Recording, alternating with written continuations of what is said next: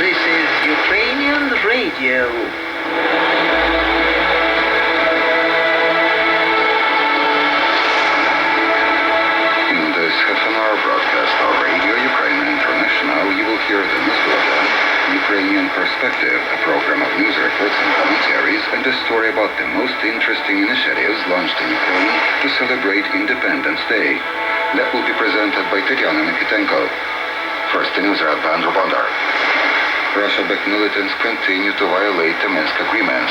Since Sunday night, they have opened fire more than 60 times, wounding 6 Ukrainian soldiers. Presidential military spokesman Colonel Andrei Lysenko said it in his briefing on Monday. According to him, the situation is the tensest in the frontline areas east of Mariupol and north of Donetsk. Progress has been made in prisoner swap negotiations with the separatists. Ukraine confirms its readiness to exchange prisoners with the Donetsk and Luhansk republics in the all-for-all format, Yuri Tandit, advisor to the SBU chief, told reporters in Kyiv on Monday. I have good news for you all. We have something to say. The only thing is that we never announce releases, Tandit said. He reminded that when the prisoner swap agreement on the all-for-all formula was first achieved 2 years ago, Ukraine released 222 persons and the separatists released 150. We are resuming the contacts and we see a high likelihood of hostage release, he said. The issue of access for representatives of the International Committee of the Red Cross to Ukrainian citizens who are being held in Russian prisons remains unsettled. Verkhovna Rada First Vice Speaker Irina Harashchenko, who negotiates for Ukraine in the Trilateral Contact Group for Donbas Settlement, told reporters in Kyiv on Monday. The problem of limited or no access for doctors and consuls is common for all those who are being held in Russia. For months, our consuls have been unable to see them in Russian prisons, Harashchenko said.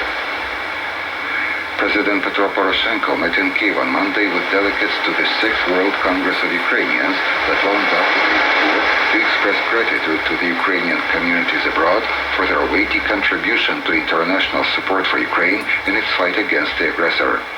Of course, it would be very much harder for us to fight the aggressor without the support from the international pro-Ukraine coalition. A weighty part of this support is from our dearest kin, the Ukrainians living abroad. You have supported us in every way you can, from civilized lobbying in your parliaments and governments to fighting for Ukraine at the eastern battlefields. We all in Ukraine are grateful to the world Ukrainian community, Poroshenko said. Over 25 years since independence, a new generation has grown up in Ukraine and will never betray it, President Petro Poroshenko said in Kyiv on Monday while awarding the most distinguished citizens on the occasion of Independence Day.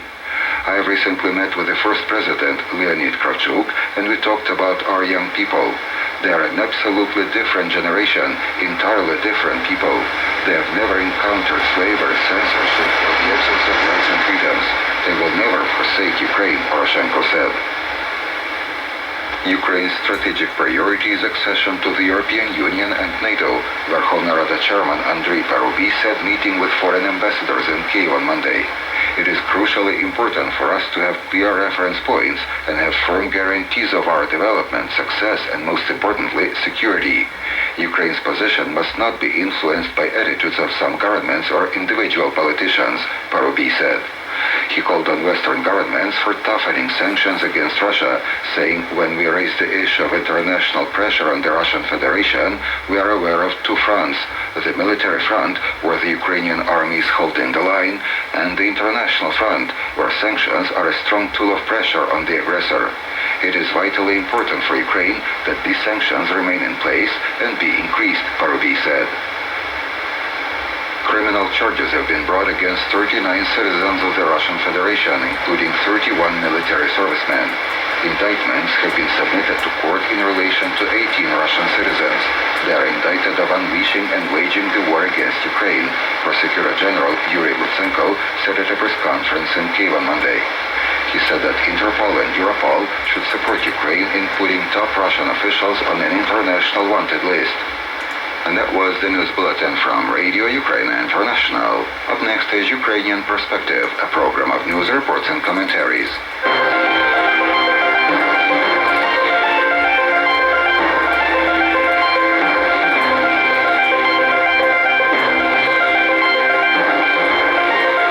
This is Radio Ukraine International with Ukrainian Perspective, a program of news, reports and commentaries.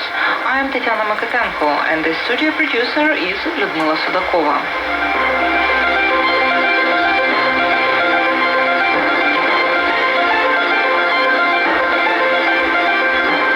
Hostilities persist in the war zone in eastern Ukraine. Heavy shelling of Ukrainian positions by Russian and proxy forces in the Donbass are a daily occurrence as Russia continues to blatantly violate the Minsk agreements. Since Sunday night, 6 Ukrainian soldiers have been wounded. Russia-supported separatist forces attacked Ukrainian army positions more than 40 times. The majority of violations, amounting to 21, occurred in the Donetsk sector, focusing around the town of Avdiivka. The Russian-backed hirelings used heavy artillery banned by the Minsk agreements to attack the Ukrainian army strongholds in the northern suburbs of Gorlivka, where the enemy fired 120mm and 82mm mortars, rocket-propelled grenades and heavy machine guns. They also lobbed 82mm mortar shells into the village of Verkhneturets and the town of Svetlodarsk. What is more, the enemy used infantry fighting vehicles near the villages of Mayorsk and Luhansk. In the Mariupol, fire from 120mm and 82mm mortars, automatic grenade launchers and heavy machine guns, as well as used infantry fighting vehicles to attack the defenders of the village of Shirokine. Areas near the village of Granitne came under militant machine gun fire. Rocket-propelled grenade and heavy machine guns were used to shell the town of Maryanka. In the Luhansk sector, the situation was the most difficult near the villages of Novoalexandrivka and Troitsk. Grenade launchers were used to shell the town of Popasna, and small arms were fired on the village of Novozvanivka. Meanwhile, agents of the security service found a cache with 2 tons of TNT in the counter-terrorism operation area. Ukrainian presidential military spokesman Andriy Lysenko comments. 75 смертоносних ящиків знаходилися у Мар'їнському районі Донецької області. 75 boxes of TNT explosives were found in the Mariinka region near Donetsk. According to our information, the militants intended to use the cache for active sabotage prior to the 25th anniversary of Ukraine's independence. The security service works to prevent Russia-instigated offenses against national security during the holiday, said Andriy Lysenko.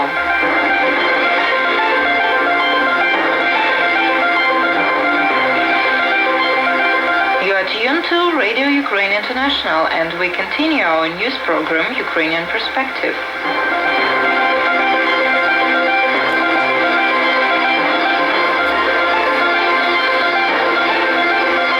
Ukraine may get visa-free regime with the EU in the coming months. Ukrainian Foreign Minister Pavlo Klimkin expects Ukrainians to be granted visa-free access to the countries of the EU from October 2016. He said this at the 12th meeting of heads of Ukrainian diplomatic missions in Kyiv on Monday. According to the foreign minister, lifting of visa requirements for the citizens of Ukraine will allow them to visit almost 100 countries without visas. Pavlo Klimkin is optimistic about Ukraine's prospects to get the much-anticipated visa-free travel to the European Union member states. Я дуже сподіваюся, що цієї осені ми побачимо рішення